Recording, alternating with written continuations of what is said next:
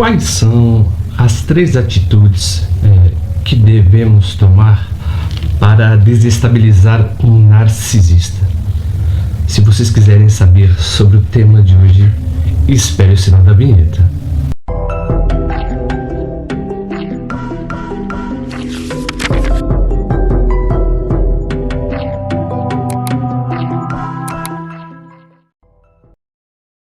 Qual é o segredo para poder desestabilizar o narcisista?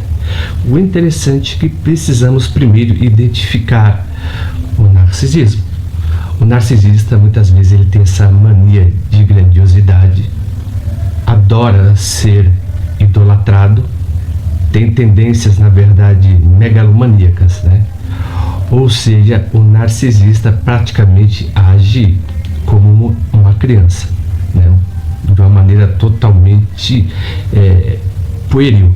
Então, como o narcisista é totalmente inconsequente dos seus atos e ele não se responsabiliza pelos seus erros, quais são as 3 atitudes que o desestabilizam? Na verdade, não há nenhuma mágica nisso, é apenas 3 tópicos muito interessantes. A primeira seria a indiferença. Por que é a indiferença? Porque o narcisista, na verdade, ele tem um ego muito frágil, né? Ou seja, ele é cheio de ódio e de rancor. Sabemos, por exemplo, que o contraponto do amor é a indiferença. O contraponto da paixão é o ódio. E é interessante que, se você se apegar dentro desse extremo entre paixão e ódio, você estará na mão do narcisista. O porquê que você está na mão dele? Porque isso gera uma dependência emocional, ou mostra uma dependência emocional que você tem dele. Então é por isso que as provocações dele, tanto o desprezo dele, faz um certo efeito. Mas por que o ego do narcisista é tão fraco?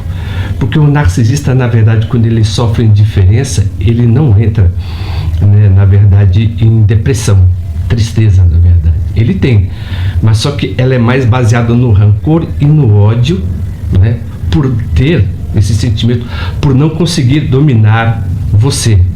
Ou seja, ele fica totalmente ressentido, sente ódio e sente medo porque não consegue mais lhe ter pelos dedos, tá? Então, por exemplo, é por isso que, se você causar nele essa certa indiferença, não deixar se iludir tanto pelos elogios dele como pelo desprezo dele, você aplicar esse conceito da pedra cinza, ele fica totalmente desestabilizado. Ele não sabe o que vai fazer. Ele não consegue te ler, na verdade.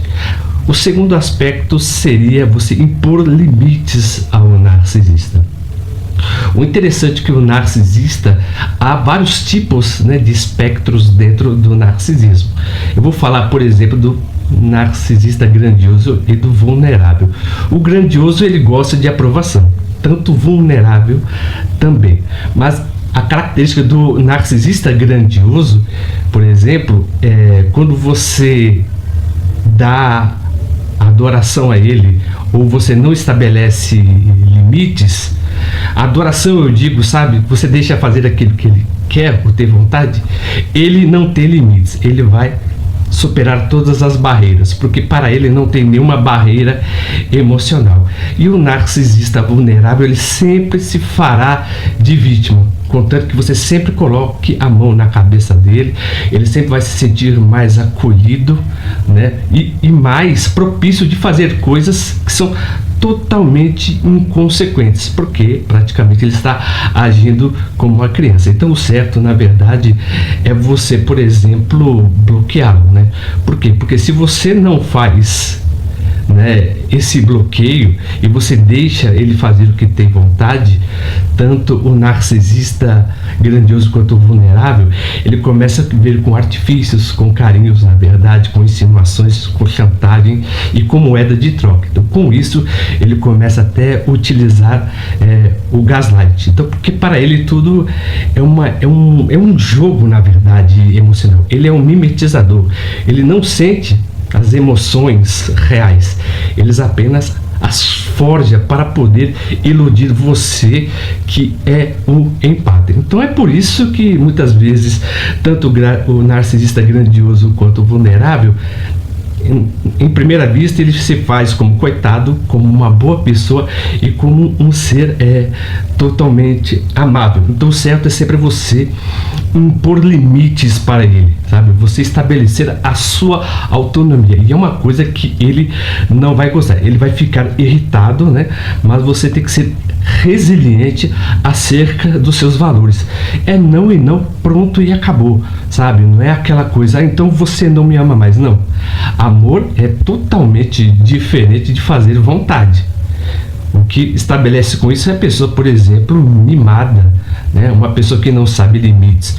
Então, a pessoa que tem transtorno de personalidade narcisista, ele age nesse espectro.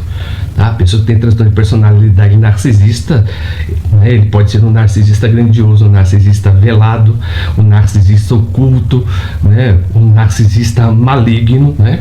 Então ele sempre vai jogar, tá, em pontos extremos. A terceira característica é você desmascará-lo, porque o narcisista, na verdade, ele teme ser totalmente constrangido, né? Ou seja, você não fala com ele e fala as coisas apenas o que aconteceu. Por quê? Porque o narcisista, ele tem medo de ser exposto, né? Ele tem medo de ser constrangido na frente das pessoas. Ele gosta de humilhar, descambar, na verdade, né?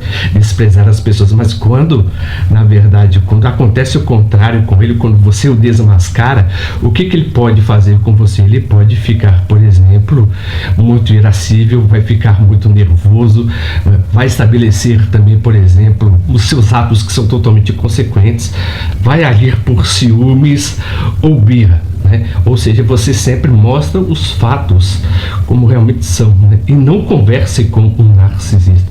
Com ele não adianta você conversar e vamos sentar e vamos conversar. Não, você na verdade tem que desmascará-lo mesmo, tá? Muitas vezes os narcisistas, quando eles se sentem totalmente constrangidos, alguns mudam até de bairro e de lugar, de cidades, né? E até de país, dependendo, né, do narcisista. Então, o tema de hoje foi falar sobre os três, né, atitudes que você pode desmascarar um narcisista, e com isso você vai ter a sua liberdade e viver a vida em que você sempre sonhou. Interessante que você sempre faça isso, tá? No começo do relacionamento, quando você vê que ele tem esses picos de humor, né? Entre sopra, morde e assopra, morde e assopra. Então você sempre desmascara o narcisista, sempre põe limites e estabeleça a indiferença. Muito obrigado, viu? Se você esteve conosco até aqui o final do vídeo, muito obrigado pela atenção de todos e até o próximo vídeo.